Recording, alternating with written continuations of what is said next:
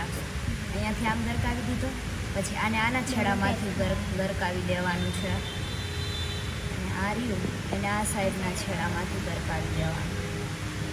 પછી ખેંચી લઈએ એટલે આ જાડું ન લાગે. ઓલી રીતે આપણે ગાંઠ વારીને જાડું થઈ જાય આગળ.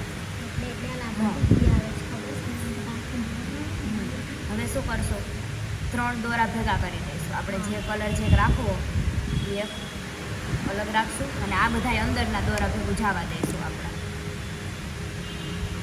ગાંઠ આમ ગરકાય નહીં. આવડે ને ગાંઠ તો કે નથી આવડતું? આવડે છે.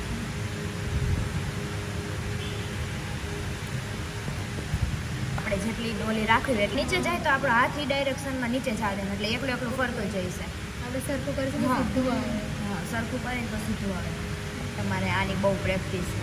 આ જે ગાંઠ રહીને બધું તમે બ્રેસલેટ નહીં બનાવો કરીને કરો તો ડિઝાઇન બની જાય.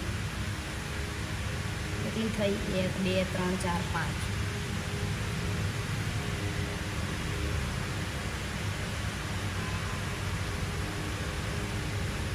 જો અહીંયા છે તો આપણે આમ સીધું રાખીને નહીં કરી નાખવાનું, તો ડિઝાઇન નહીં પડે. આપણે આટી આમ ફેરવી દેવાની, જ્યાં આપણને સીધું પડે ત્યાં કરવાનું. સારું.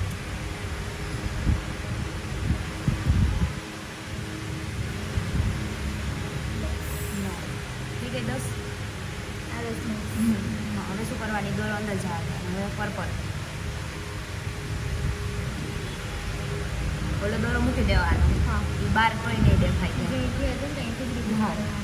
જ્યાં આવ્યું ત્યાંથી ગાંઠ મારવાની પાછી, એટલે આખું સ્પાઇરલ બનશે.